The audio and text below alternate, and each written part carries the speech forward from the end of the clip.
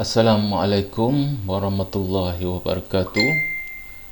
Pada hari ini kita akan sambung pembelajaran kita mengenai pengurusan projek reka bentuk. Di akhir pembelajaran ini, pelajar akan dapat mentakrif pengurusan projek reka bentuk, menjana idea reka bentuk, mengenal pasti langkah pengurusan pelaksanaan projek, dan yang keempat, merangka perancangan projek. Sebelum kita pergi lebih lanjut, kita kena tahu apa yang dimaksudkan dengan pengurusan projek reka bentuk.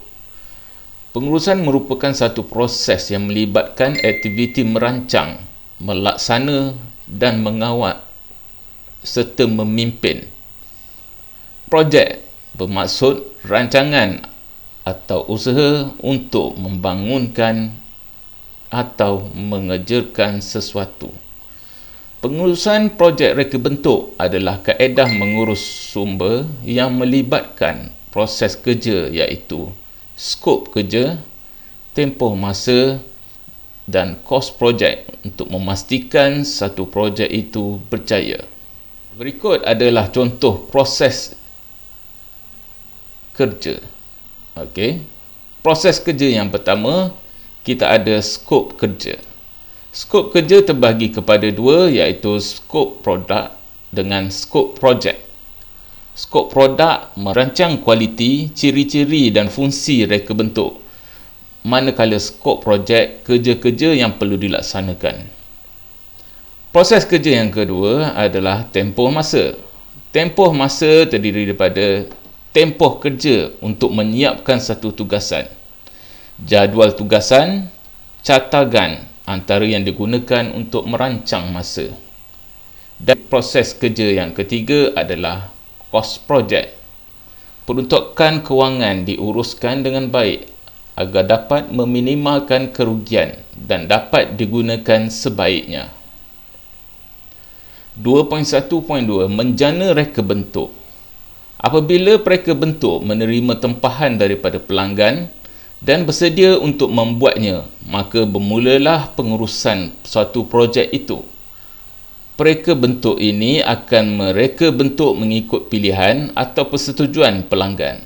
Seorang pereka bentuk mestilah mempunyai minda berfikir yang kreatif dengan memahami apa yang dikehendaki oleh pelanggan sebagai hasil akhir dari sebuah proses, sama ada sebagai sebuah rencana, kertas kerja, persembahan pemodelan atau bentuk nyata.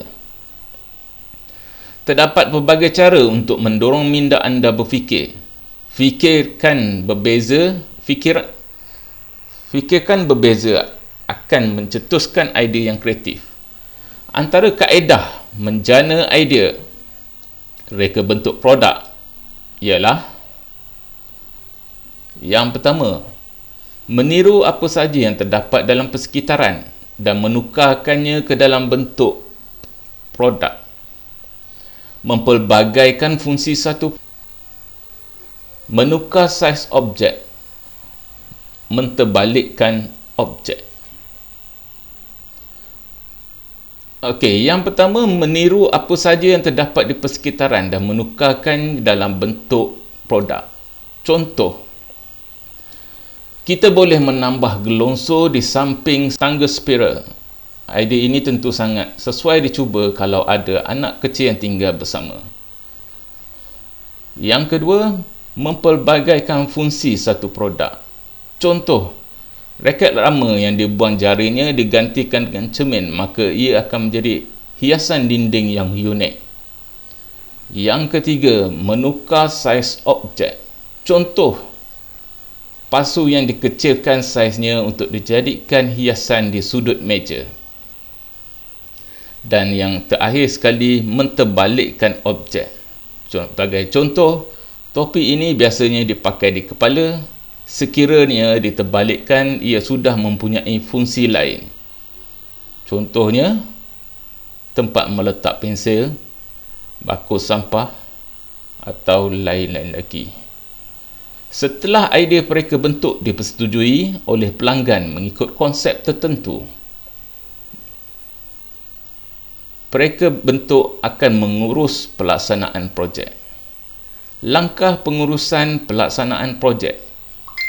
Mereka bentuk akan mengenal pasti langkah pengurusan pelaksanaan projek melalui proses kerja. Langkah pengurusan projek melibatkan proses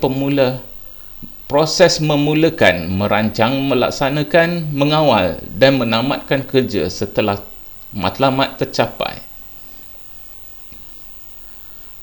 Proses memulakan kerja adalah aktiviti pertama dalam pengurusan projek, iaitu apabila mendapat menerima tempahan daripada pelanggan. Proses perancangan adalah proses menentukan matlamat yang ingin dicapai dan tindakan yang perlu diambil untuk mencapai matlamat organisasi yang melibatkan reka bentuk, kaedah pembinaan, kos, masa dan pekerja. Penjadualan adalah anggaran masa untuk projek siap bagi mengelakkan pembaziran masa dan kos. Pengawalan adalah aktiviti mengawal sumber kos, kualiti, tenaga, bahan dan sebagainya. Menamatkan apabila projek selesai dan diserahkan kepada pelanggan. Pengurusan pelaksanaan projek akan melibatkan pasukan projek. Pasukan projek terdiri daripada ahli kumpulan di dalam atau di luar organisasi yang mempunyai kepakaran, pengetahuan dan pengalaman yang berkaitan dengan satu projek. Pasukan projek di peringkat sekolah boleh dibentuk mengikut kesesuaian projek yang akan dilaksanakan. Ahli pasukan bekerjasama dan bergantung antara satu sama lain untuk menjayakan projek tersebut. Berikut adalah contoh carta organisasi. Carta organisasi pasukan projek sekolah bermula daripada pengurus projek, dipecahkan mengikut setiausaha dan bendahari, reka bentuk dan pembangunan mock-up atau model. Merangka perancangan projek. Perancangan projek adalah peringkat pengurusan projek yang paling utama dan menjadi penentu objek satu projek. Perancangan projek yang baik dapat memastikan objektif tercapai, mengelakkan pembaziran sumber dan mencegah gangguan. Siapakah individu yang bertanggungjawab dalam merangka perancangan projek? Pengurus projek adalah orang yang mempunyai tanggungjawab keseluruhan untuk memulakan, merancang, mereka bentuk, melaksanakan, memantau, mengawal dan menutup suatu projek. Perancangan. Tugas pengurus projek dalam membuat perancangan seperti penentu utama, penentuan sub utama, pengelola aktiviti, matris organisasi atau pasukan. Penentu utama bermaksud apa produk, siapakah pelanggan, berapa lamakah tempoh masa yang ditetapkan, kos, kualiti dan kuantiti yang diperlukan. Penentuan sub utama merujuk kepada menentukan pembahagian tugas kepada ahli kumpulan secara lebih terperinci. Pengelolaan aktiviti bermaksud sub utama perlu menyusun sumber dan tenaga kerja dengan teratur dan mengenal pasti keperluan. Matris organisasi atau pasukan iaitu pembentukan pasukan kerja. Penjadualan disediakan untuk merujukkan anggaran masa yang ditetapkan bagi menyiapkan projek. Tujuan penjadualan adalah mengelakkan kerugian masa dan kos, mengelakkan pembaziran atau pemborosan, mengawal sumber tenaga pekerja, mengurus bahan mentah secara sistematik.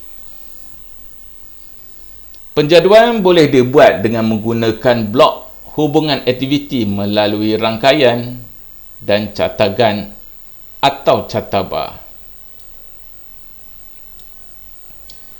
Contoh blok hubungan aktiviti melalui rangkaian. Minggu pertama dimulakan dengan pembincangan konsep.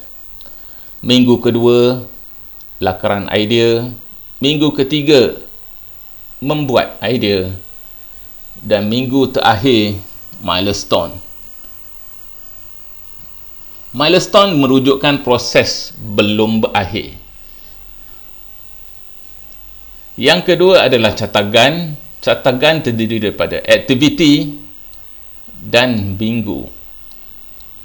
Aktiviti bermula daripada perbincangan konsep pertama pada minggu pertama dan kedua, melakar bentuk dengan persetujuan pelanggan minggu kedua dan minggu ketiga, mencari pembekalan bahan minggu ketiga dan minggu keempat, dan seterusnya sehingga kerja siap, menyediakan laporan dan membuat penyerahan serta tuntutan bayaran.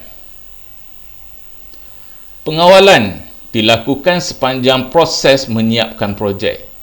Ini merangkumi pengawalan sumber, kos, kualiti dan belanjawan, terutamanya ketidakpatuhan terhadap penjadualan, kos, piawaian, kualiti dan belanjawan.